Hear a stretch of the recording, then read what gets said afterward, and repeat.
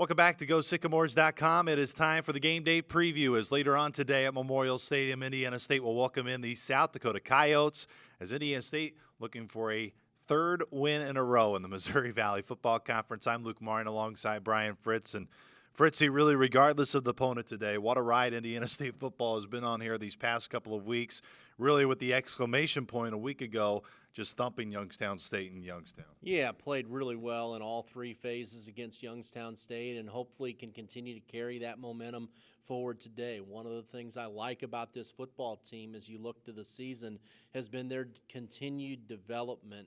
And I think when you look from early September to now, late October with last week's game, early November today, they have continued to improve and get better as a group each and every week and add things that maybe they hadn't had in some previous games. So, really like the direction with this football team right now and excited for the game today. In your memory and recollection of seasons you've been a part of, how would you really, I don't want to say rank, but put this team in terms of improving within a season compared to years past where you've seen a team start the year and where they end up at year's end?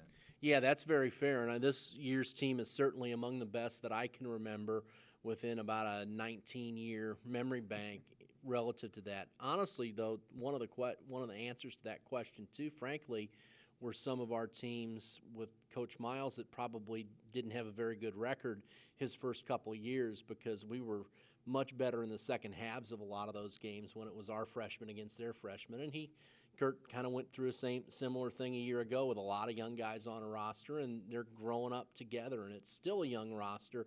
That's also what I think is exciting is that there are going to be more recruiting classes coming. It's still a relatively young roster and a team that continues week in, week out to get a little bit better each week. I think one of the main messages that I've been impressed with this football team from Coach Mallory and how they bought into it is I don't want excuses to lose. I want reasons why we're going to win. And there's been a lot of reasons why or excuses the past couple of weeks, whether it's losing your top two tailbacks, losing one of your top receivers in Rontrez Morgan, another one of Michael Thomas, a defensive lineman in Okemwala. There's been a lot of things that a lot of teams can latch on to and say, well, we didn't do this because of them. What is making this team really, regardless who they throw out there, to find reasons to win and find ways to win? Well, I think the confidence comes from the coaching staff, and one of the things that I've been really impressed with is how hard the guys are playing both for each other and for the coaching staff right now. On defense, you see guys running to the football, flying around defensively. Offensively up front, I think the offensive line sort of took it upon themselves with some of these losses, and they've played very, very well. I think you see, each guy understanding that he's got to do his job to the best of his ability and everybody pulling in the same direction right now. This game this weekend and really today, later on at Memorial Stadium, you think of South Dakota. They've lost 3 in a row. They're just a year removed from making the playoffs for the first time in their program history. Losing a guy like Chris Streveler, of course, makes I think the Coyote fans really appreciate the talent that he was last year.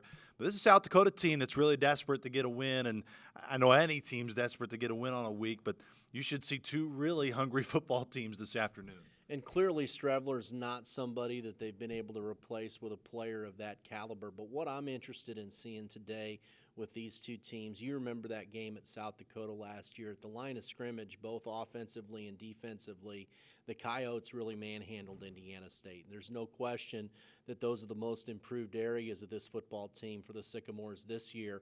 For me, I'm really anxious to see the play up front and see how Indiana State does against South Dakota lines that are very big and very physical. I feel the other part of this game that will be critical is South Dakota has the worst time of possession in the Missouri Valley Football Conference. The big reason is because they're very up-tempo. They only hold the football for about 25 minutes.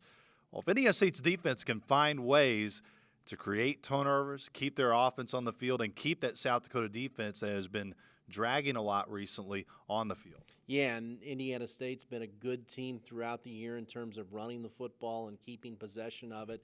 I really liked some of the adjustments last week without keys to maybe feature a few more of the wide receiver screens that are passes, but in essence long handoffs, kind of the same principle, looking for positive plays on first downs to put yourselves in position to continue to be able to move the chains. And I think ball control, as you mentioned, is something that is important to this football team and has definitely been something for the defense that has helped them, the fact that the offense has done that. The other thing that's really helped them is the fact that this offense has been so great at holding on to the football. Only 3 turnovers all season long, right now leading the nation. They've not put that defense in bad situations from a field position standpoint. Everyone's kind of talking about, hey, big win against Youngstown State. Now you set yourself up for something to play in November. What's the key for Indiana State? Do you think the main key on Saturday, the main key later on today for Indiana State to get a win against South Dakota and set up an even bigger matchup a week from now? I think really matching their physicality at the line of scrimmage. I think, Indiana State's got to be able to win their fair share of battles up front along that line of scrimmage, and then, just keep doing the things that they've been doing and being successful and understanding that your best is good enough. Going into the year, I'm not sure this team knew that. I think they've found that out. As their confidence grows, understand that if you take care of your job and do what you're supposed to do, you're good enough. We look forward to seeing everybody at Memorial Stadium later on this afternoon. Kickoff, it's an early one, 1 o'clock kick. We'll be on the air on WIBQ at noon. For Brian Fritz, I am Luke Martin saying so long. Go Sycamores, beat the Coyotes. Be sure to listen to the game on WIBQ.